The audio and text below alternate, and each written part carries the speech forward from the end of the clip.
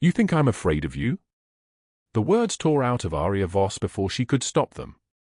October wind cut through the marble lobby of the Calabrese mansion like a blade wrapped in ice, breath visible in the cold air, dead leaves skittering across the threshold through the open doors.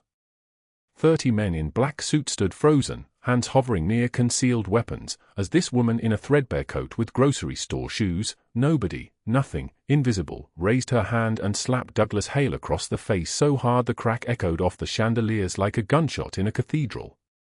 The sound didn't fade. It hung in the air, impossible, unbelievable. Douglas stumbled backward, his hand touching his cheek, his face flushing red with rage and humiliation. His mouth opened to speak, to call for violence, to destroy her with the corruption he carried like a weapon. But he froze.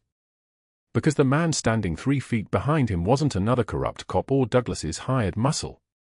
It was Giovanni Calabrese himself, arms crossed over a tailored black suit that cost more than Aria's yearly rent, dark eyes unreadable as polished stone, the most feared man in Las Vegas, watching this nobody woman strike someone in his lobby as if she had just slapped death itself and lived to tell about it. His lieutenant Bruno stepped forward immediately, hand moving toward the weapon concealed beneath his jacket. The room held its breath. 30 men had seen people die for less. Much less. For looking at someone the wrong way. For speaking out of turn.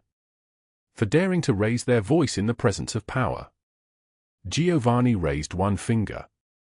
Just one. Bruno froze. His hand dropped. He withdrew backward like a man moving through deep water, every muscle in his body screaming obedience to a code older than law itself. The silence that followed was worse than violence. The silence was the sound of absolute authority. The silence meant death could come whenever he decided, and everyone in that lobby understood this perfectly. The Mafia boss looked at Aria Voss then. Not through her. Not past her. Really looked at her. He studied the bruise forming on her left arm, the way her fingers trembled though she held her fists clenched, the expensive shoes that didn't belong to her because nothing about her belonged in this place of marble and crystal and immeasurable darkness. He saw the fear in her eyes. But he also saw something else. Something that made him ask the question nobody expected, the question that would change everything, the question that caused every single man in that lobby to exchange glances that carried the weight of confession. What's your daughter's name? The words fell into the room like a stone into still water. Aria didn't answer at first. She couldn't. Her body was shaking not from cold but from the realization that she had just struck a man in front of 30 armed criminals, and the only reason she was still breathing was standing directly in front of her, asking about her daughter as if she had just asked him to pass the salt at a family dinner. Emma, she whispered. Her name is Emma. Giovanni nodded slowly.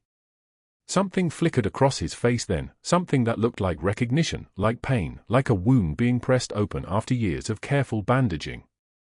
He turned to Bruno without another word and said, "Get him out of my sight. Don't let me see his face again. Not today. Not ever." Douglas Hale was removed by 3 men who grabbed him by the arms and the back of his neck, dragging him toward the exit despite his screaming that this was a mistake, that he had connections, that Giovanni couldn't do this, that the police would hear about this. Nobody listened. The doors closed behind him with a sound like the ceiling of a grave. The wind stopped howling. The lobby became quiet again, but it was the quiet of a place where something irreversible had just occurred. Giovanni turned back to Aria. He didn't move closer. He simply stood there, waiting, as if she had something else to tell him and he had nothing but time. His suit was immaculate. A gold watch caught the light on his left wrist. His hair was dark, graying at the temples, combed back with the precision of a man who controlled every detail of his world. A thin scar ran from his right eye down to his jawline, a permanent reminder that even power had a price, that even the most feared man in Nevada had once bled. "You came here because of your daughter," he said. Not a question. A statement. A man observing something he already knew. Aria's legs felt weak. She wanted to run. She wanted to apologize. She wanted to understand how this was happening. "You think I'm afraid of you," she had said, but the truth was far more complicated. She was terrified. Every instinct she possessed was screaming at her to leave this place, to never return, to thank God that she was still alive and walk out of that lobby and never look back. But her legs wouldn't move. Her body was betraying her. "Why did you ask about Emma?" Giovanni's expression remained unreadable. He walked past her toward the massive windows that overlooked the strip, the city glittering below them like a handful of diamonds scattered across black velvet. His men watched him move with the wariness of people who had learned that even a casual gesture from this man could alter the entire trajectory of their lives. 3 hours ago, a girl came to my house. She was brought by someone I trust. This girl has my eyes. She has my voice. She told me her name is Emma Calabrese, and she has been living in a shelter across the city because my own brother hid her away during the years when everything was falling apart, when my world was collapsing and I didn't know that I had a daughter somewhere in the darkness, being raised by no one, claimed by no one, invisible to everyone who could have saved her. The words landed like a confession. The air in the lobby changed. Even the men standing guard seemed to suddenly understand that they were hearing something that would require their absolute silence, their complete discretion, the kind of loyalty that transcended money or position or fear. Aria felt her breath catch in her throat. There were two possibilities in this moment. Either this man was lying to manipulate her, to break her down, to prepare her for whatever horrors he planned to inflict.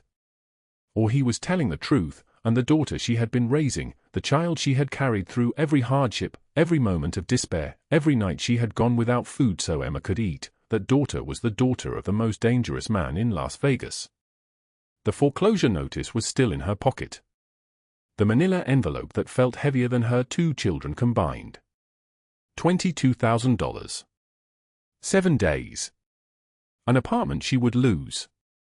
2 children she would have nowhere to shelter. Everything she had fought for, every sacrifice she had made, all of it would be erased in 1 week unless someone intervened. Unless someone with power decided that she mattered. Unless someone chose to see her as something other than nobody. She had come here with Emma, searching for answers about a photograph the girl had seen on a security monitor. She had never imagined she would walk into this place. She had never imagined she would strike a man in front of 30 armed criminals. She had never imagined that the most feared person in Nevada would ask her daughter's name as if he had been searching for her his entire life. Giovanni turned from the windows. He looked at her once more, and in that moment, something passed between them. An understanding. A recognition. A possibility that neither of them had anticipated when the day began, back when the world was still normal, back when Giovanni was simply the most powerful man in the city and Aria was simply another invisible woman struggling to survive. Before we continue, drop a like if this story hits you. Share it with someone who needs to hear it and subscribe so you don't miss what's coming tomorrow. Now let us go back to the beginning. Let us return to 3 hours before that moment, to the morning when Aria stood in a foreclosure office holding a manila envelope that felt heavier than her 2 children combined, to understand how a single mother with nothing left to lose would find herself face to face with power, destiny, and a man who would change everything simply by asking one question. Her alarm had gone off at 4:47 in the morning.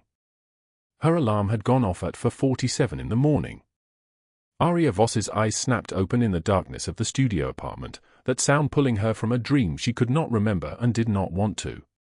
The clock glowed red on the nightstand, 4:36. She had 17 minutes before she needed to wake Emma for school, 22 minutes before Marcus would need his inhaler, and exactly 168 hours before the bank would own everything she had fought for. She did not move. She lay beneath the thin blanket, listening to the October wind scrape against the window like something alive and angry, and she counted the money in her head again. $34. $34 in her checking account. 23 in the jar beneath the sink.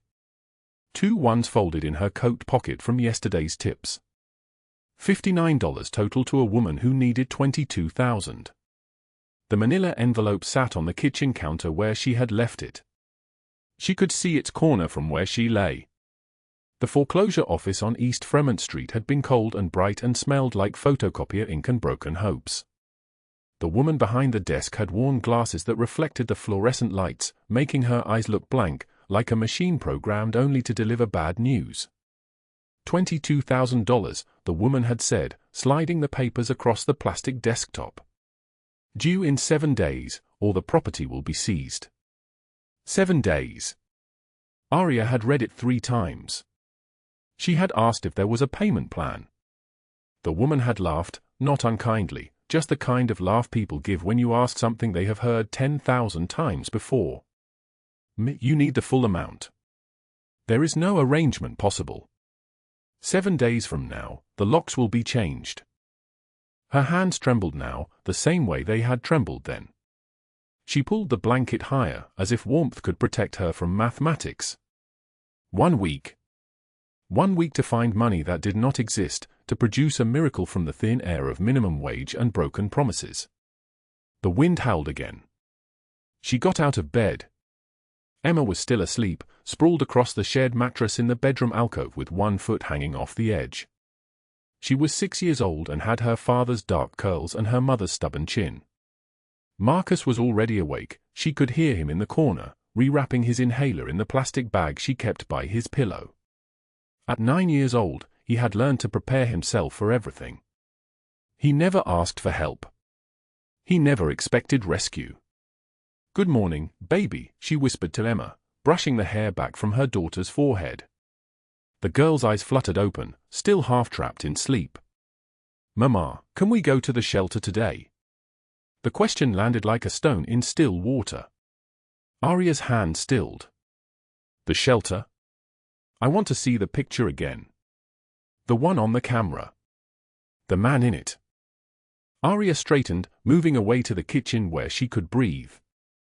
Emma had mentioned the photograph 3 times this week, a man's face on a security monitor at the homeless shelter where Aria volunteered twice a week, where she sorted clothing donations and helped children with homework. A man with dark eyes and a scar running from his left cheekbone to his jaw, a man whose face had captured something in Emma's mind. "We will talk about it later, sweetheart," Aria said. She was putting on her waitress uniform now, the black pants that were starting to thin at the knees, the white shirt with the loose button she kept meaning to sew. It was Monday. She had the breakfast shift at the Violet Diner, which meant she would be there from 6 in the morning until 2 in the afternoon, pouring coffee for construction workers and casino employees, carrying trays that weighed more than her hopes. The tips on Mondays were poor. People were tired and broke on Mondays. She made breakfast for her children, oatmeal from a bulk bin, bananas that were growing soft, water from the tap. She did not eat. She had learned not to eat breakfast because then there would be more for them, and the hunger in her own belly was an old familiar ache she had made peace with years ago. She braided Emma's hair while the girl ate, her fingers quick and practiced, working through the dark curls until they formed a tight crown at the back of her head. Marcus watched her from his corner, his small frame wrapped in a hoodie that came from a donation bin, his inhaler clutched in his hand like a talisman. "Will you be home for dinner?" he asked. "Yes, baby. I work the morning shift. I will be home by 3. "And tomorrow?" "Tomorrow we will figure out." She did not tell him about the envelope.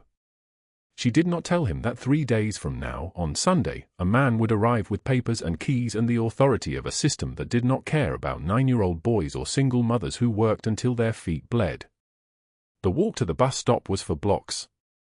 The wind cut through her thin coat. She had found it 2 years ago at a thrift store for $4, and it was holding together through sheer stubbornness. The October morning was cold enough that her breath came out in small clouds. Las Vegas was strange in the early morning. The Strip glittered in the distance like a hallucination, all those lights and wealth and noise, and then there were blocks like this one, quiet, crumbling, where people who had lost everything lived in the spaces between. The bus came at 6:03. She got on and found a seat by the window, and she did what she always did during the 16-minute ride to the diner. She calculated. She did math that had no solution. If she worked double shifts, she could make maybe $300 a week. That meant 73 weeks to save the $22,000, but she would lose the apartment in 1 week, so that math did not matter. If she got another job, a night shift somewhere. She could work until midnight and then be back at the diner at 6. But then who would be with Emma and Marcus? Who would help Marcus with his homework? Who would braid Emma's hair? Douglas Hale was waiting outside the diner when she arrived at 5:55. She knew his car before she saw him clearly. The black Mercedes with the tinted windows, parked across the street in the loading zone like he owned it. He was standing beside it, smoking a cigarette, his eyes tracking her as she crossed to the diner entrance. He had not shaved. His shirt was expensive and half unbuttoned, showing the gold chain around his neck. He was smiling. Aria.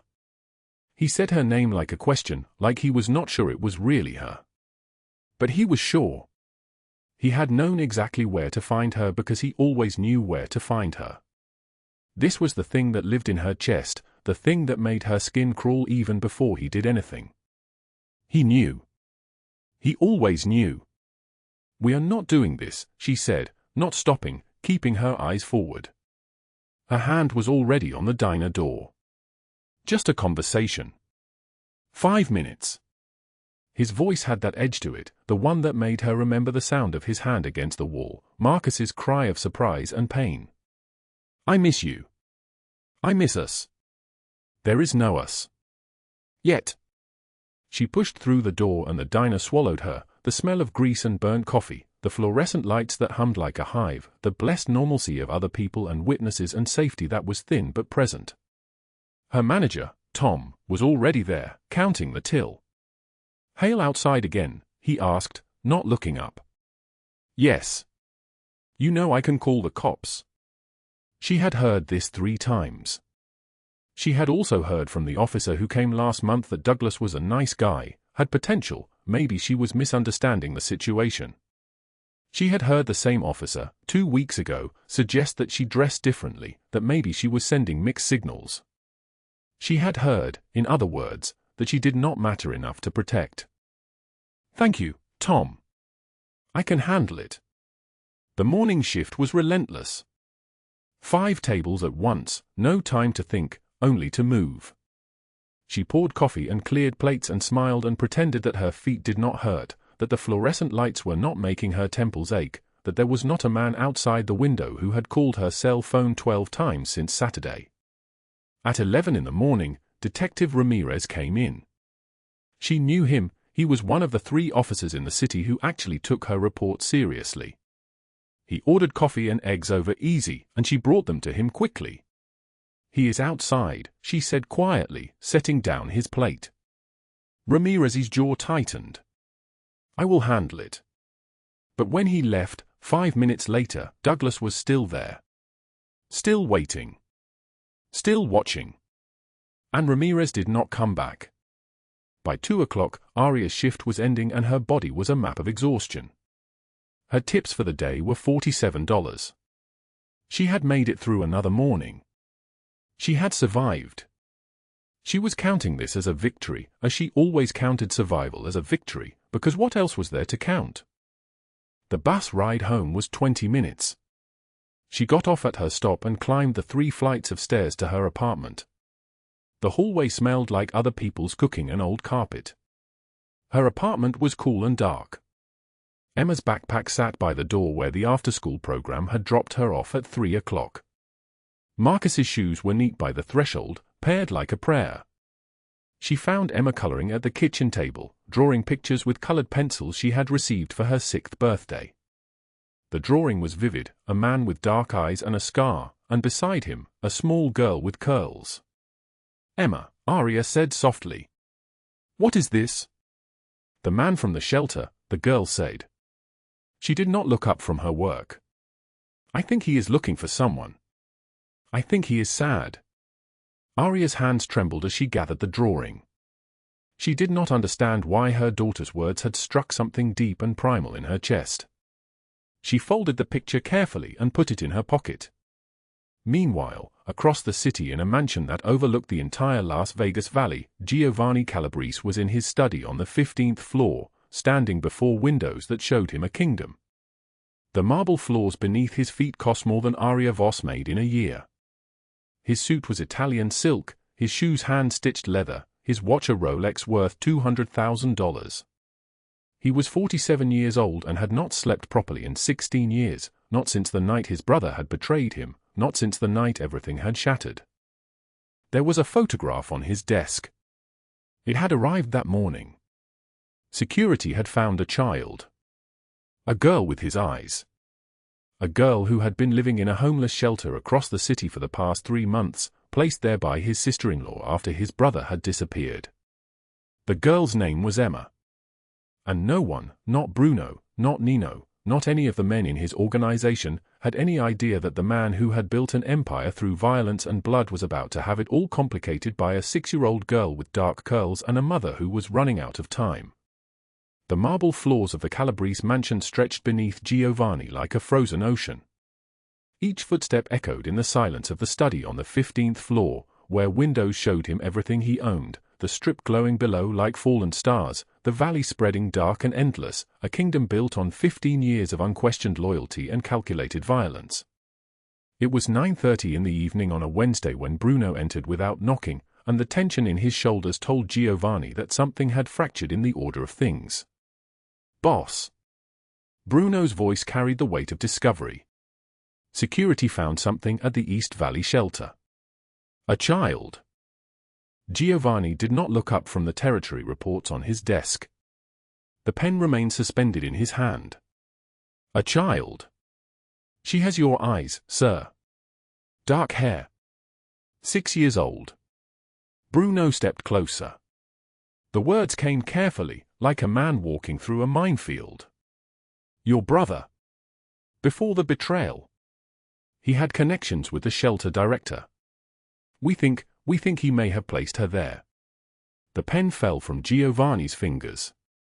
It rolled across the mahogany desk and stopped at the edge, teetering between the world of papers and the fall into nothing. 2 years. For 2 years, Giovanni had believed that Marco left behind only destruction, the leaked routes, the compromised safe houses, the 7 men dead in a warehouse because his own brother had sold their locations to the Salvatores. Marco had chosen money and safety over blood. Giovanni had made him choose differently. The warehouse on 5th Street had taken care of that choice permanently. Her name. Giovanni's voice came out like gravel beneath boots. Emma, sir. The shelter records show she arrived 3 months ago under a false name. The volunteer staff discovered her real identity when she mentioned Marco's death to one of the workers. Giovanni turned toward the window. The reflection in the glass showed a man he no longer recognized, face-lined, silver threading through his dark hair at the temples, a scar running from his left eye to his cheekbone, the permanent signature of a man who had survived things that should have destroyed him. His suit cost more than most people earned in a year. His watch cost more than a used car. None of it mattered. He was looking at his own face in the glass, aging backward into a version of himself that could still be surprised by betrayal. Bring her here. 3 hours later, Giovanni descended the private elevator to the basement level where his men maintained the shelter operations, the legitimate side of his business that no one asked questions about. The shelter director, Patricia, a woman worn thin by years of saving children she could never afford to keep, led him down a hallway painted soft yellow. The color was meant to feel like sunlight. It felt like a lie. Emma was in a small room, sitting at a plastic table with colored pencils scattered across white paper. Her dark curls fell forward as she concentrated, the pencil gripped in her small fist. She did not look up immediately. When she did, Giovanni saw his mother's eyes reflected in a 6-year-old's face. The same deep brown. The same slight downturn at the corners that made it look like she was always about to cry. Giovanni knelt down slowly, careful, the way you move near something wounded. Hello, Emma. The girl studied him with the piercing gaze of children who have learned to recognize danger in the shape of a smile. Are you my daddy? Her voice cracked on the words, uncertain whether she wanted the answer to be yes or no. I am your uncle, Giovanni said quietly. Giovanni. Your father was my brother. Emma's pencil fell from her hand. The yellow pencil rolled across the table and dropped to the floor without making a sound. Mommy said my daddy was bad. that he did bad things. He did. Giovanni did not look away.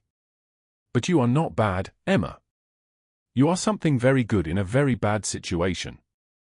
Patricia cleared her throat, uncomfortable with the scene unfolding before her. Emma has formed an attachment to one of our volunteers. A young woman named Aria. She brings her own daughter here twice a week. They've become close. Giovanni stood, his knees cracking slightly as he straightened. I want full custody arranged through legal channels by tomorrow morning. Whatever it takes. There may be complications, Patricia said. The volunteer, Aria, she's become the closest thing to stability Emma has. If you remove her from the child's life without explanation, then we do not remove her. Giovanni had already decided. He turned back to Emma. Emma, would you like to stay somewhere safe? Somewhere you do not have to be afraid. Emma's eyes filled with tears. She did not cry. She just let them gather, suspended, waiting to fall. Will Aria come? Giovanni found himself making a promise he did not yet know how to keep. We will see. At that same hour, across the city in a small diner on Boulder Highway where the air hung thick with the smell of burnt coffee and grease, Aria Voss was counting bills into a stack that barely covered the table in front of her. $47 in tips. $47 earned by smiling at strangers, refilling their water glasses, and pretending that the bruise on her left arm, visible just below the cuff of her uniform, was an accident from bumping into a cabinet. Her manager, a man named Vincent with permanent stains on his apron, approached the table. That guy was here again. The one who comes by looking for you. Aria's hand stilled. Douglas. He waited in the parking lot for an hour. Talked to 2 cops. Seemed real friendly with them. I didn't like the way they looked at you when they came inside. Aria gathered the bills slowly, folding them into the pocket of her uniform. Douglas Hale had become a permanent part of her landscape, appearing and disappearing like weather, sometimes distant, sometimes crushing. The restraining order she had filed 3 months ago had transformed into a joke, a piece of paper that made him laugh when he appeared at her work, her apartment building, the elementary school where her son attended 5th grade. The cops Vincent mentioned were friends of Douglas's from his days in real estate development. Real estate meant connections. Connections meant power. Power meant she had nowhere to run that he could not find. She changed out of her uniform in the diner's bathroom, her reflection in the mirror showing a woman 32 years old who looked 45. The exhaustion had settled into her face like a permanent resident, taking up space around her eyes, hollowing her cheeks. Her dark hair, which had once been her best feature, hung limp and damaged from constant stress.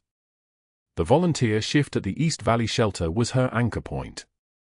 Twice a week, she walked the 3 miles from the diner to the shelter, and for 4 hours, she was not running from Douglas. She was helping children who had learned, too young, what it meant to have nowhere else to go.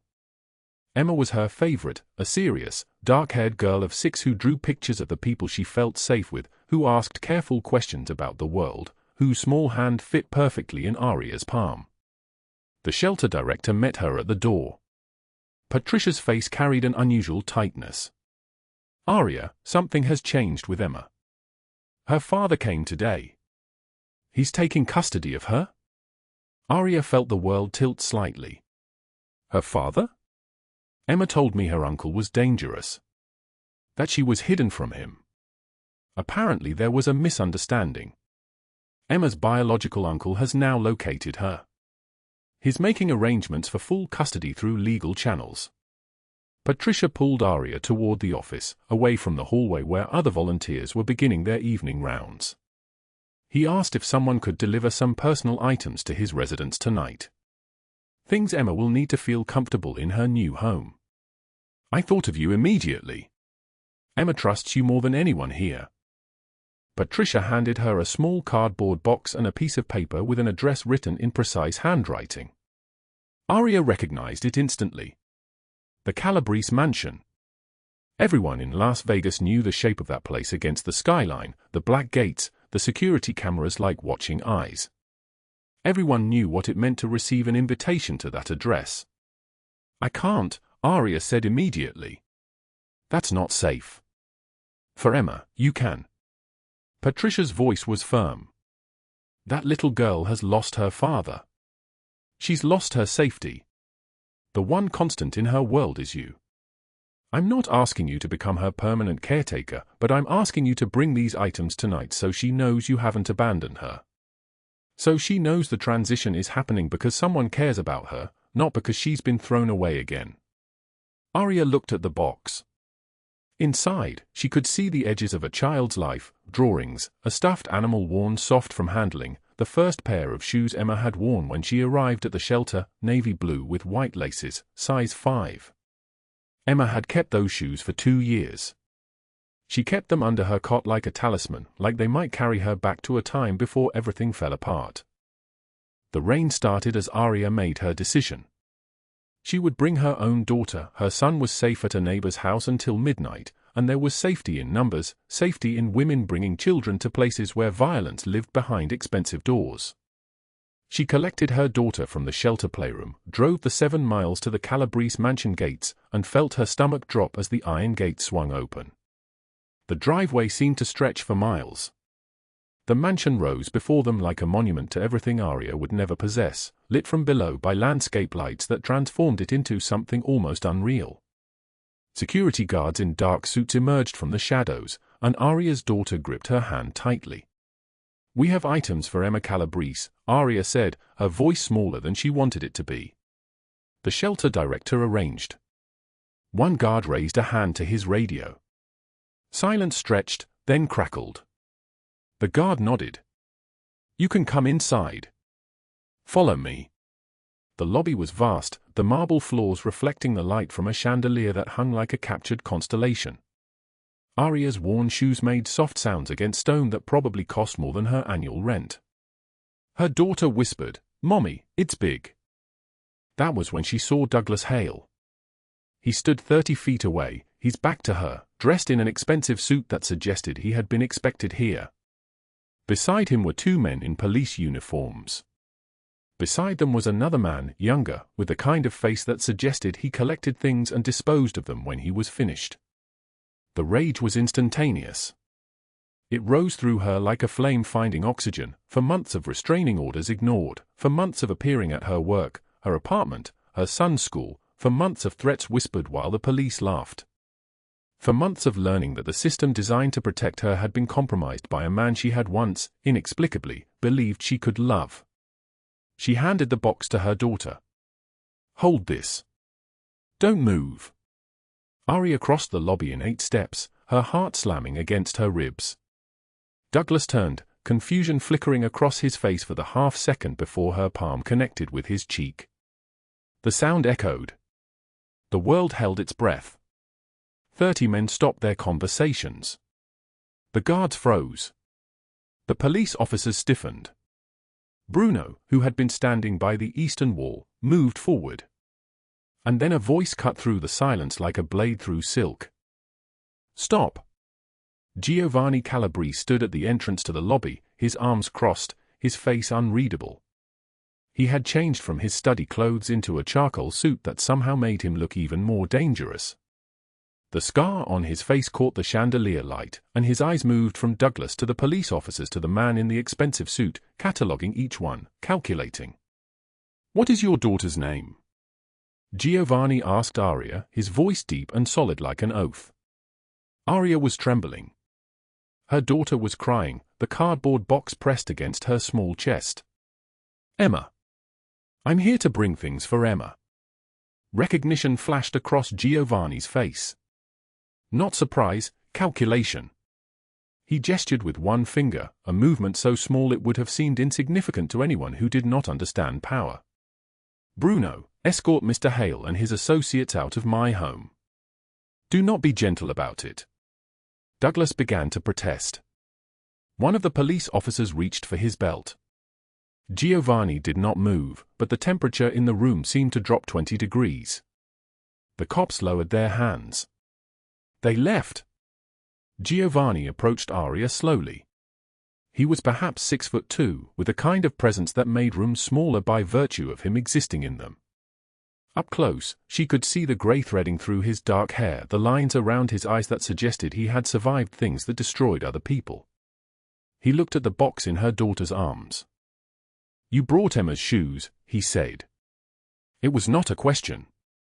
"She kept them," Aria whispered. "She kept them like they mattered. Like they proved she existed before." Giovanni looked at Aria for a long moment. Then he gestured toward an interior room. "Please. We need to talk." Across the city, in a penthouse office on the 32nd floor of the Blackwell Tower, Evelyn Blackwell stood at her window and watched the rain begin to fall harder, transforming the Las Vegas lights into impressionist paintings. She held her phone to her ear, listening to Douglas Hale describe the humiliation of being ejected from the Calabrese mansion. "This is perfect," she said quietly. Her voice was soft, which made it more frightening. "You say he took her into his home?" "Yes." "A waitress from the shelter?" "Nothing." "Nobody?" Douglas was breathing hard, his pride damaged. "He threw me out like I was garbage." Evelyn turned from the window. Her reflection in the glass showed a woman of 58, impeccably dressed, her beauty the kind that had been maintained through discipline and money. She owned half of Las Vegas. She owned the building where Aria Voss rented an apartment. She owned the mortgage. She owned the debt. "Bring me her file," Evelyn said to her assistant. Within minutes, she was looking at Aria's financial records spread across her desk. $22,000 in foreclosure debt due in 7 days. No savings. No family money. No way out. Evelyn smiled. She made a call to her lawyer. "Accelerate the foreclosure," she said. "I want the notice delivered by tomorrow morning. And I want it made clear that she has 48 hours to vacate, not 7 days.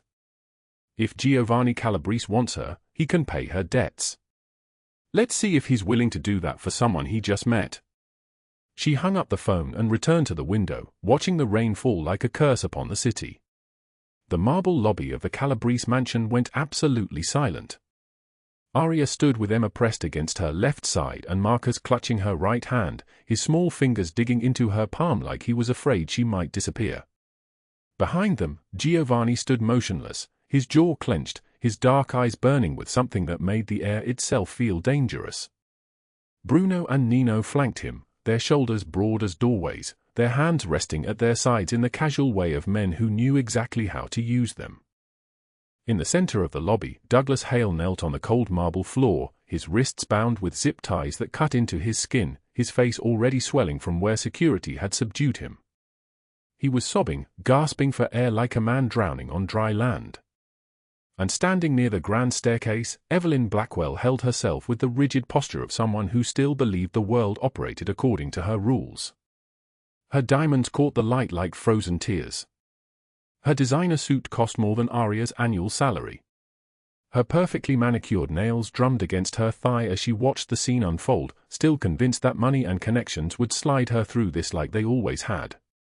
"I have every right to be here," Evelyn said, her voice smooth as poisoned honey. "This woman is a squatter. A thief. She owes me money that I have every legal right to collect. Remove her from your property, Mr. Calabrese, and we can forget this unfortunate misunderstanding." Giovanni took one step forward. His footsteps on the marble sounded like the closing of a coffin door. "You don't understand what you've done," he said, his voice steady, deep and solid like an oath carved into stone. "You targeted a woman with nothing. You used your money and your connections to crush her. You used the system itself as a weapon." "I used the system as it was designed," Evelyn corrected, lifting her chin. "Business is not personal, Mr. Calabrese." "But this is personal." Giovanni's eyes moved to Aria. For one moment, they softened. Then they returned to Evelyn, and they were ice again. "You prey on invisible people. People like her. People the system was designed to ignore." Evelyn laughed, a sound like breaking glass. "What are you going to do? Arrest me with your Mafia thugs?" "I don't think." The doors to the East Wing opened. 12 men in tactical gear moved into the lobby like ghosts, black jackets emblazoned with yellow letters, FBI. Their movements were synchronized, practiced, efficient. They fanned out across the marble floor with their hands near their weapons, their eyes cold and professional. The lead agent, a woman with grey streaking her dark hair and a badge hanging from her neck, stepped forward. "Evelyn Blackwell," she said, her voice carrying the weight of federal authority. "You're under arrest for conspiracy to commit fraud, racketeering, and falsifying federal housing documents. You have the right to remain silent. Anything you say can and will be used against you in a court of law." Evelyn's face drained of color so fast she looked like a photograph fading in the sun. Her diamonds no longer glittered. They hung from her like anchors pulling her down. "You can't, I have lawyers." "You have the right to an attorney," the agent continued, her tone never wavering. "If you cannot afford one, one will be provided for you. Do you understand your rights?" 2 agents moved toward her. She didn't resist, shock had frozen her in place. They turned her around, and the soft metallic click of handcuffs echoed through the lobby. The sound was small but absolute, like a period at the end of a sentence that had gone on far too long. "Douglas Hale," the agent said, turning her attention to the sobbing man on the floor. "You're under arrest for stalking, assault, and conspiracy with law enforcement to obstruct justice." Douglas's head snapped up. His eyes locked on Aria's face, and something desperate flashed across his features, not remorse, but the animal panic of a predator realizing the trap had closed. "Aria, please," he gasped, his voice raw. "I never meant, I was just—" "Save it," one of the agents said. 2 officers hauled him to his feet. He thrashed, his bound wrists useless, his body jerking like a puppet with its strings being yanked by invisible hands. He screamed her name as they dragged him toward the doors, his voice breaking with each syllable. "I'll find you. I'll find you. I'll find—" The doors closed. His screams continued in the distance, then faded as they reached the vans outside. Through the tall windows, Aria could see news cameras already setting up on the street, reporters positioning themselves, the machinery of public spectacle beginning to turn. Within an hour, every channel in Las Vegas would be broadcasting images of Evelyn Blackwell's arrest. Within the day, her empire would begin collapsing like a house of cards in a hurricane. The FBI agent approached Aria. She was younger than she looked from a distance, maybe 50, with kind eyes that had seen the darkest parts of human nature and refused to let it harden her completely.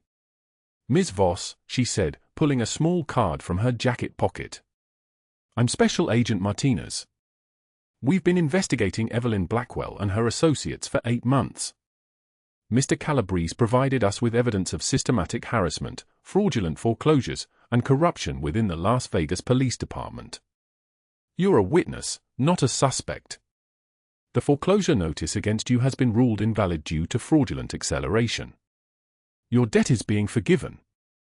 The words fell into Aria's ears like rain into a drought. She couldn't process them. They didn't make sense. They were too big, too generous, too impossible. What does that mean?" Her voice came out fractured, barely a whisper. "It means you owe nothing," Agent Martinez said gently. "It means you're safe now. It means this is over." The agent and her team departed as efficiently as they had arrived, leaving only silence and the faint smell of rain and expensive perfume in their wake. Aria stood in the center of the marble lobby, her children pressed against her sides, and the full weight of 4 months suddenly released all at once. For months of terror. For months of Douglas Hale appearing at her door, at her work, at her son's school. For months of looking over her shoulder. For months of the number 22,000 crushing her like a physical weight. For months of believing that she was alone, that the system was designed to destroy her, that safety was a luxury she could never afford. Now it was gone. The relief was so overwhelming it felt like drowning. Emma tugged on her sleeve. "Mommy, are we staying?" "Mommy." Emma had been calling her mommy for 3 weeks now, since that first night when Giovanni had carried her upstairs. But hearing it now, in the aftermath of everything, made something crack open in Aria's chest. Marcus was shaking. His 9-year-old body trembled against her leg, the shock of what he'd just witnessed still processing through his nervous system. "Come on," Aria said quietly. "Let's go outside for a minute." She walked her children through the mansion to the rear courtyard, where October had painted everything in shades of rust and gold. The air was cool and dry, the kind of desert air that felt clean in your lungs. She sat down on the stone steps that led to the gardens, and Emma immediately curled into her lap, and Marcus sat beside her, his small shoulder pressed against hers. They sat like that for a long time. Aria's hands were still shaking. Her breath came in waves, some steady, some ragged. She kept thinking about the foreclosure notice that had arrived on a Tuesday morning at 9:08 a.m. She remembered the exact time because she'd checked her phone, hoping for a text message that never came. She remembered standing in the apartment with $17 in her wallet and $22,000 in debt, the mathematics of her destruction laid out in black and white. Now those papers meant nothing. They were just paper.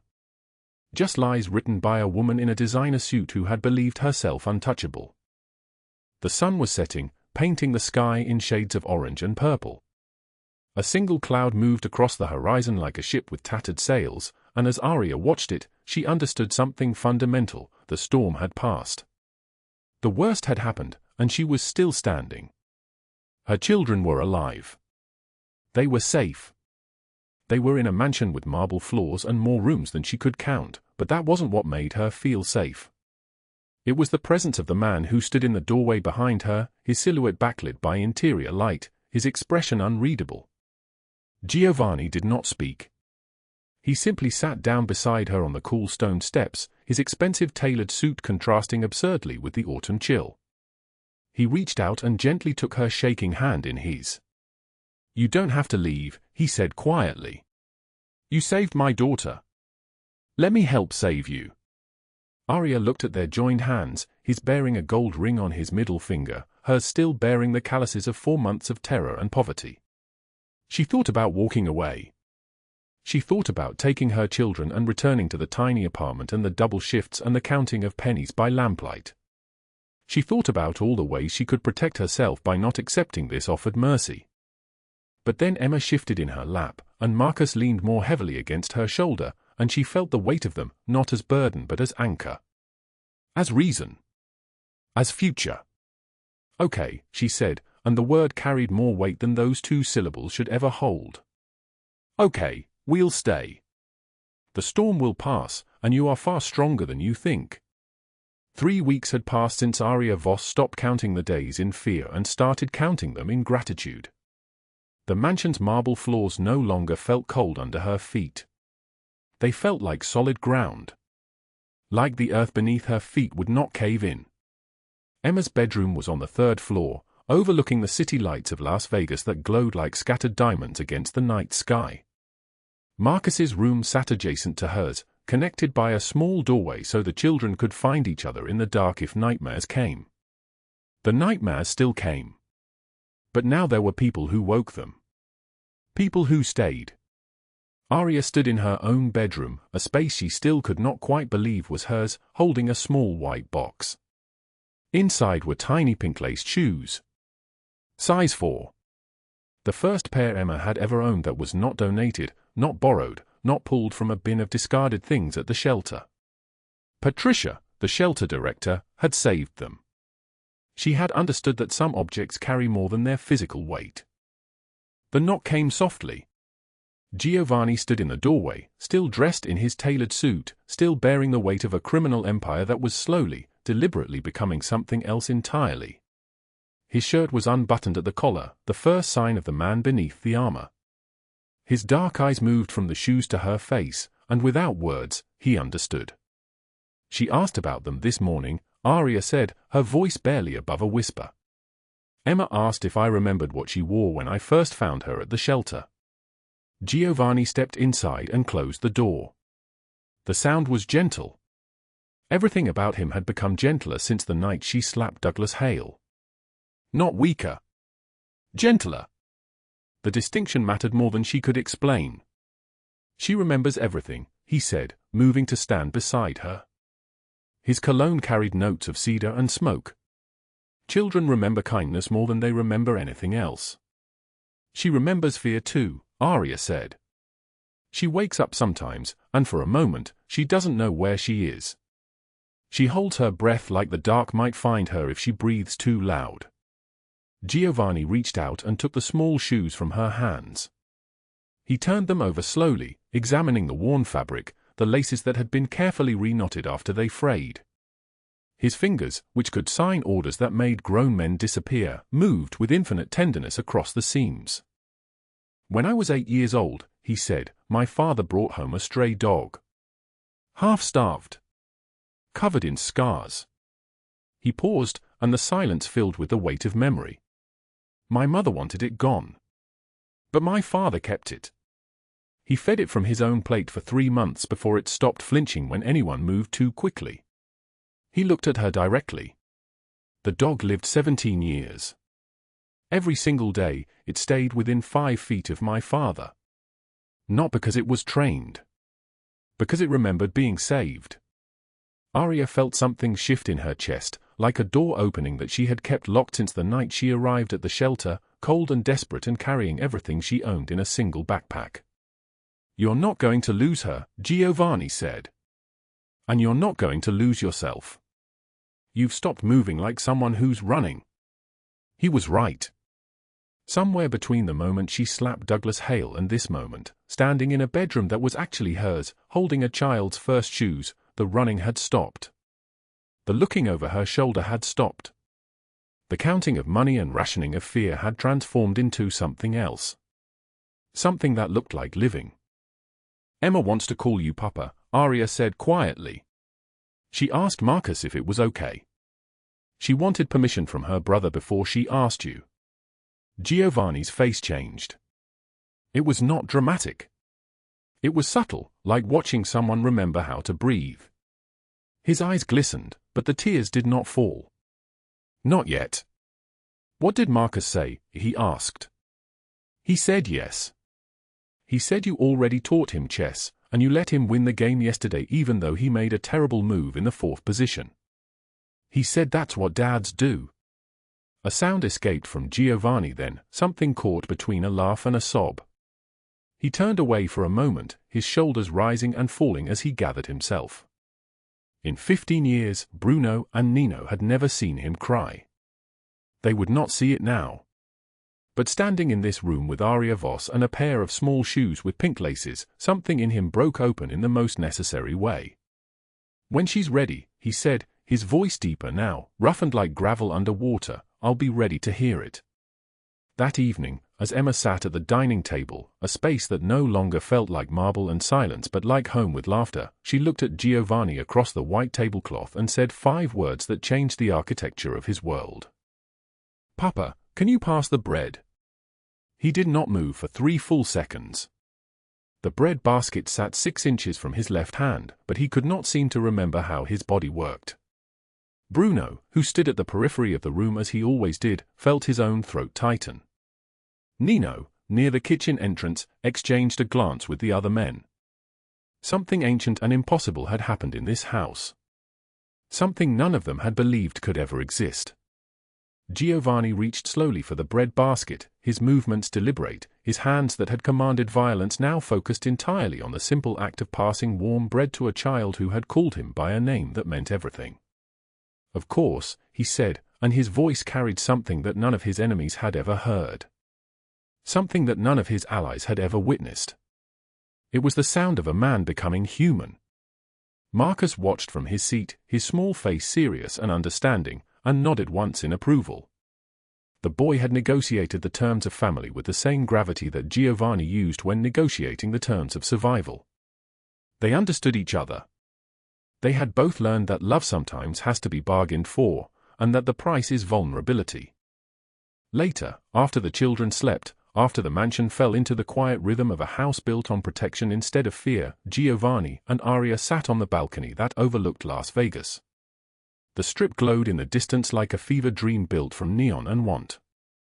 The city that had tried to destroy her lay beneath them, beautiful and merciless and unchanged by her survival. She wore a sweater that belonged to Giovanni. He had placed it around her shoulders when the November wind began to carry winter's edge. His arm rested along the back of the lounge chair, not quite touching her, but close enough that she could feel the warmth of him. "I was thinking about the night Douglas came to the mansion," Aria said. "The night everything changed. I was thinking about how afraid I was. How every part of me believed he was going to win. That he was going to take my children and my dignity and my name, and I would be left with nothing but the memory of having tried." Giovanni's hand moved from the chair back to her shoulder, drawing her closer. She leaned into him without resistance. The old Aria would have resisted. The old Aria would have believed that closeness meant trap, that comfort meant weakness, that allowing someone to hold her meant disaster. "You did not know what you were capable of," he said. "You thought you were running out of options. But what you were actually doing was running toward something. You were running toward the only moment in your life where you would have the power to change everything." He pulled her closer, and she felt his chest rise and fall, steady and certain, like the breathing of someone who had learned that survival required more than just staying alive. "When you slapped Douglas Hale that night," Giovanni continued, "he was not just a man being humiliated. He was the physical embodiment of every person who had ever told you that you were worthless. He was the voice that said you were nobody. And in front of 30 of my men, you proved that to be a lie." Aria turned to face him fully, and what she saw in his expression was not the fear she had learned to expect from men. It was recognition. It was the look of someone who had also been forged in fire and knew how rare it was to find someone else marked by the same flames. "The night I found you in my lobby," he said, "I had no daughter. I had an empire built on blood and betrayal. I had men who would die for me because I terrified them. I had money that could not buy back the years I lost looking for something I did not even know existed." He paused, and the city lights painted his face in gold and shadow. "Then you walked into my life like a weapon wrapped in desperation, and you demanded nothing except that I protect something that mattered. You did not ask me to be different. You just made it impossible to stay the same." His hand came up to her face, fingers tracing the line of her cheekbone with a gentleness that contradicted every story ever told about men like him. "Stay with me," he said. "Not as an employee. Not as the caretaker of my daughter. Stay because this house has learned how to be a home, and I cannot imagine it any other way now." Aria's breath caught in her throat. She thought about the night she stood in the foreclosure office holding a manila envelope that felt heavier than her children combined. She thought about $22,000 that might as well have been $1 million. She thought about the $34 in her pocket, the last barrier between her and complete annihilation. She thought about the woman she had been and marveled at the distance. "I never thought I could trust anyone again," she said softly. "After Douglas, after everything, I believed that safety was something that only existed in stories told to children. But you made me feel safe when safety was impossible. You made me believe that broken things can be cared for instead of discarded." Giovanni pulled her against him, and somewhere in the mansion behind them, the storm had finally, genuinely passed. The worst had happened. They were still standing. And in the quiet of a November night overlooking Las Vegas, they had become something neither of them thought they would ever be. They had become a family.